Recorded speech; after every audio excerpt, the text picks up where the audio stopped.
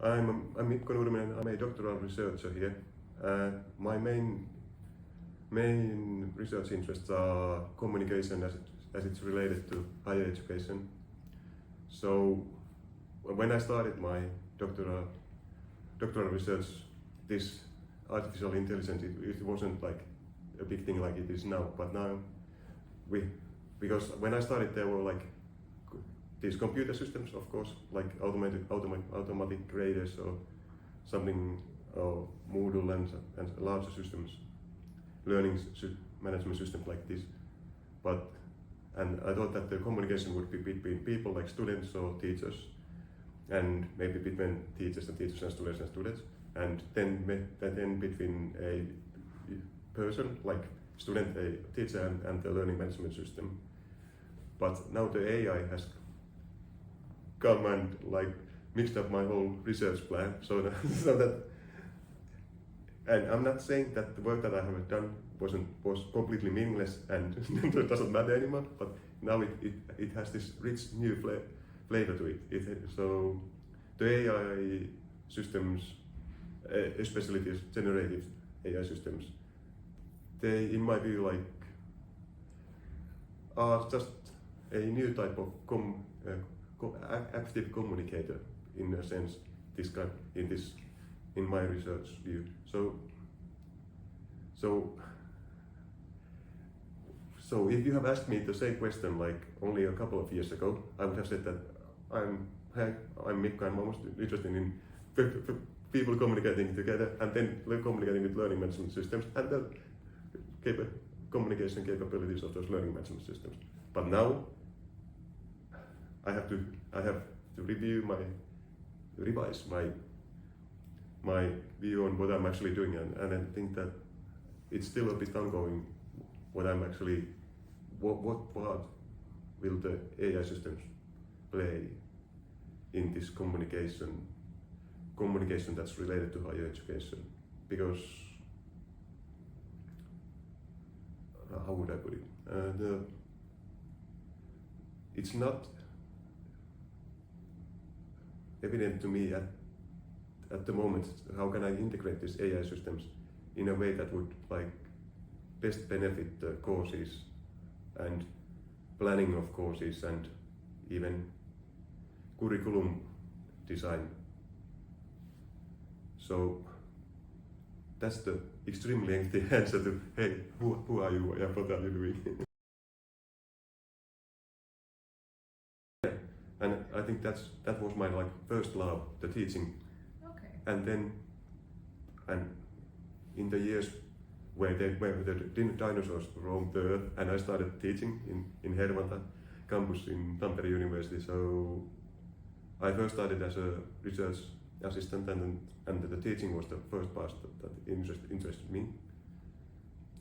But then the research, like, it started to like become apparent that I would need to do some research too, as this is a research university after all. So, and I find it meaningful and interesting part of my work.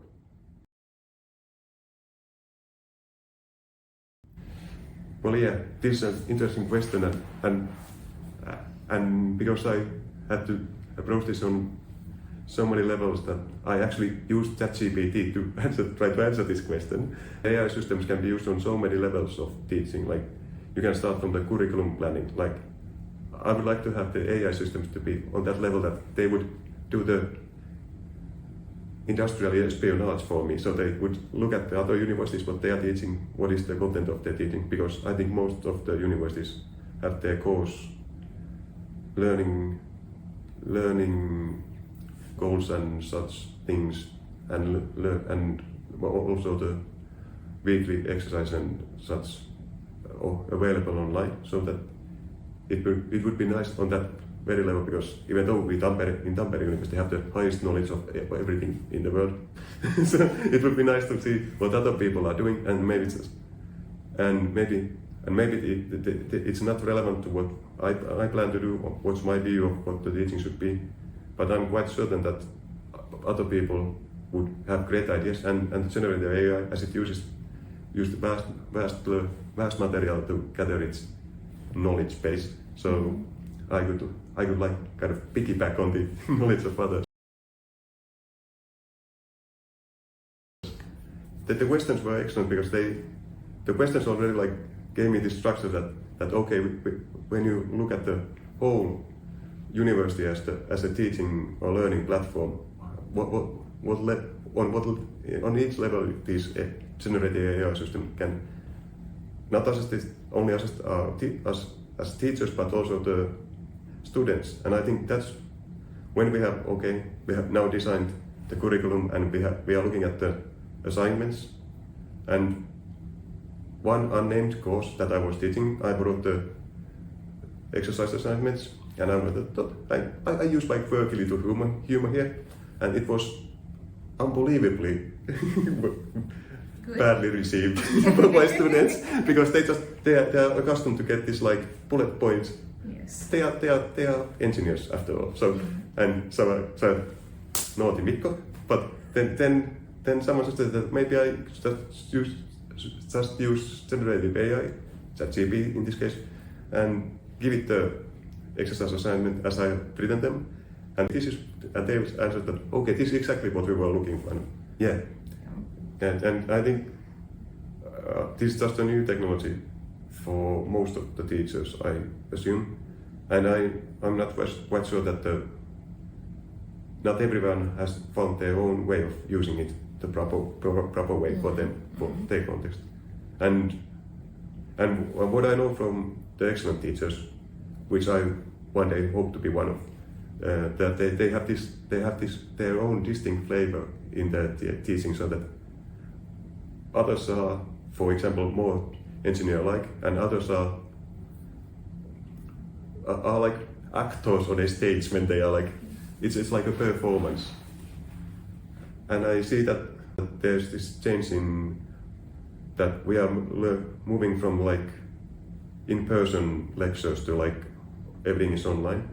And I think the generative AI has its part in there, so because now we have excellent teachers' assistants, and we will need those people. Absolutely, we will need them in the future too. So, but I think this generative AI can be like part about them is that they have like enough knowledge to pass as a teacher's assistant on some basic programming courses and some of the more advanced courses too. But they are always there. So you can always go to ChatGPT and I have this problem, and it will give you some answers. And quite often the code might not be perfect if it's a programming exercise, but it's something that you can start from. And if we use Teams or the worst case scenarios, emails to communicate in the courses, it might take the teachers and TAs days.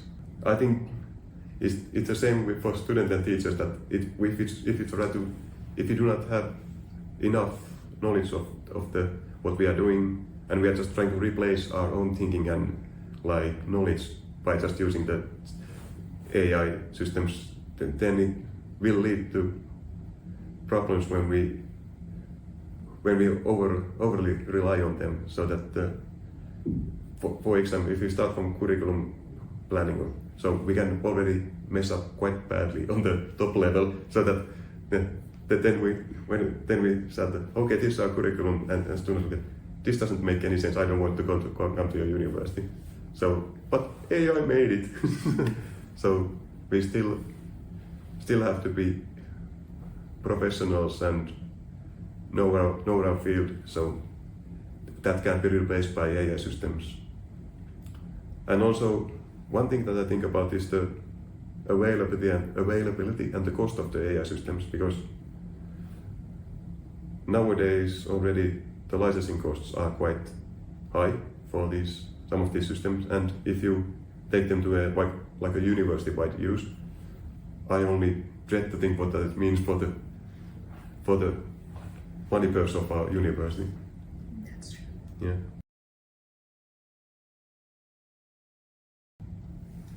Yeah, motivation is always hard. It's always hard for the teachers too. But yeah, it's the same. It's the same. I think the one thing, those things that I found useful in my own studies was that I tried to like take the courses, look them first as a whole, and then look at what the exercises there were, and create a time plan how I would do those exercises.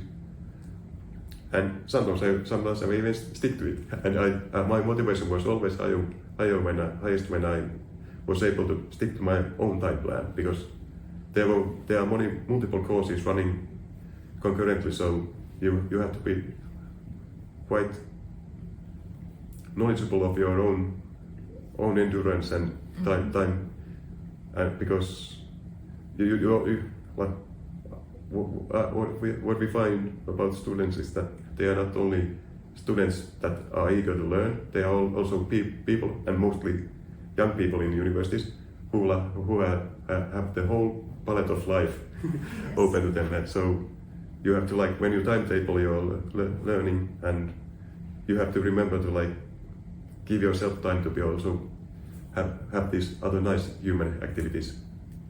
Save time for the arts, as they would say. And motivation is almost high. We are like, from the COVID we learned that when we had to isolate because of the disease,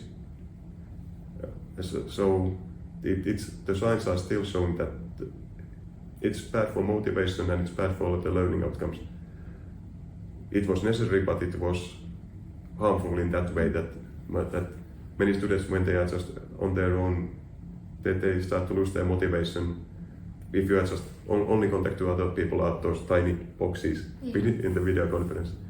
So it's good that it could, of course, some people like it or even prefer it to have this communication with other people.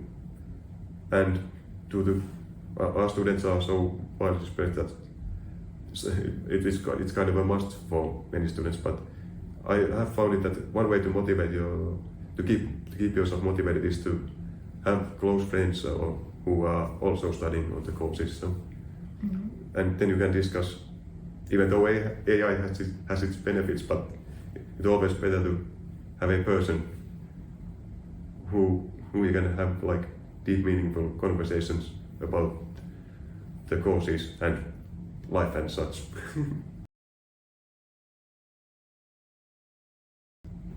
Well, I think this is like something that only already the old Greeks knew the answer. That like repetition is one good thing, and meaningful repetition. So that if you learn something, let's say it's a programming thing, you repeat it by just trying to apply it to different contexts. Like if you are just learning what functions are or something like that, very basic, but you try to apply whatever programming languages try to use functions in a way, in interesting ways that you can show. And that's one thing that AI can provide, like some examples that, hey, in this programming language functions can be used in this manner. So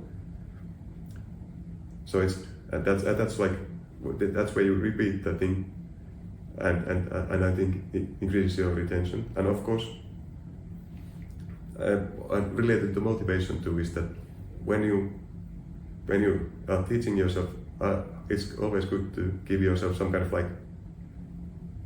of prize or something for if you feel that you have learned something, because this is at least my assumption that if you have a positive association with the thing that you have learned, your mind will retain it better.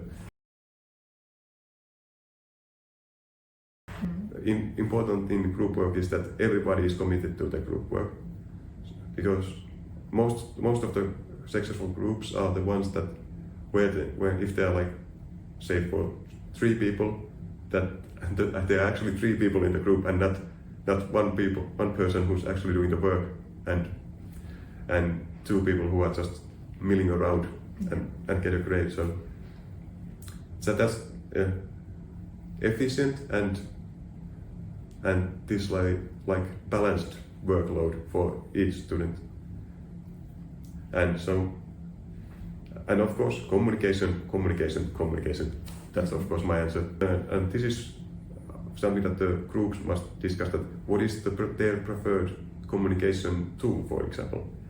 Because kids nowadays, they use all manner of software that I might not even be familiar with, but they would. And also our university doesn't really give them that much tools. Maybe some teams or email, and some groups do use those. But I find that some groups prefer to use Discord or even some of these instant messaging things.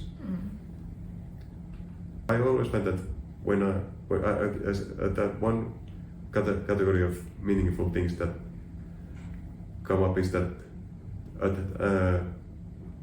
the cost-benefit analysis the students do is that, so that what grade are you looking for, or what level of points are you looking for, and how much work do you expect to put in weekly. So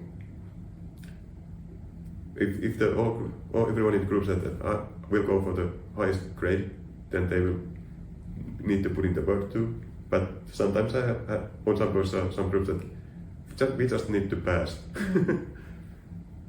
But even though quite often those groups somehow they find the motivation to actually pass with at least average grades. Yeah.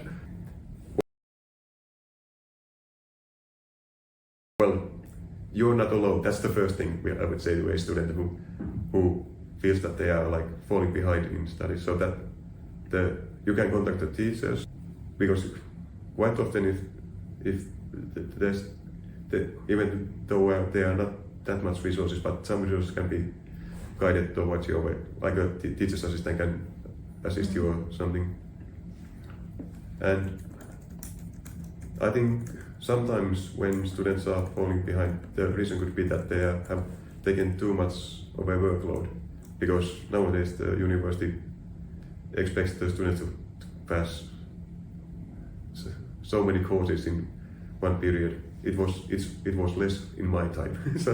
so that it might be that you have to prioritize courses. If you feel that if you are like have like eight or seven courses, let's say you have 8 courses, that's, and they are all demanding. So maybe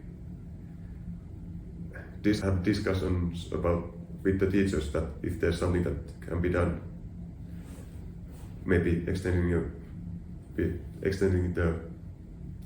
some kind of deadline if there's something that's.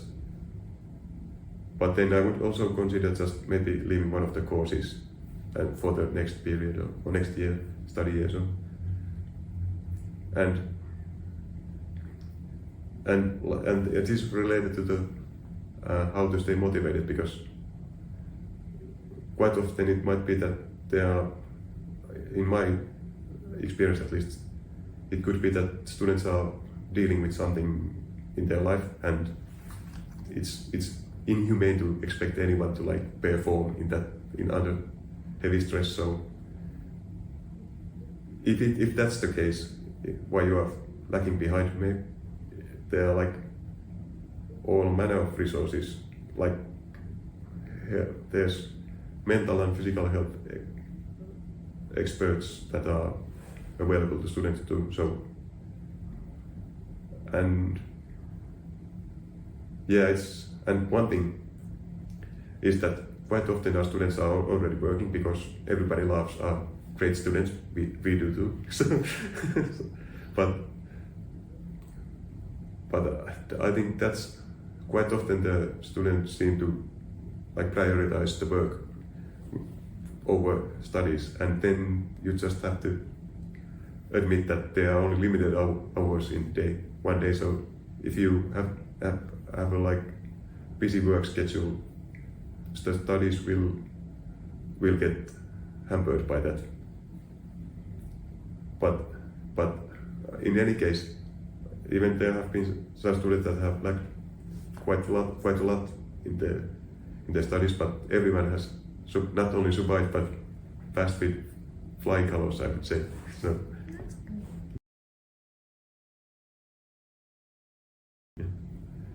Well, if we go back like 45 years, I was born in Uusikaupunki, so it's a bit south from Pori, on the western coast of Finland too.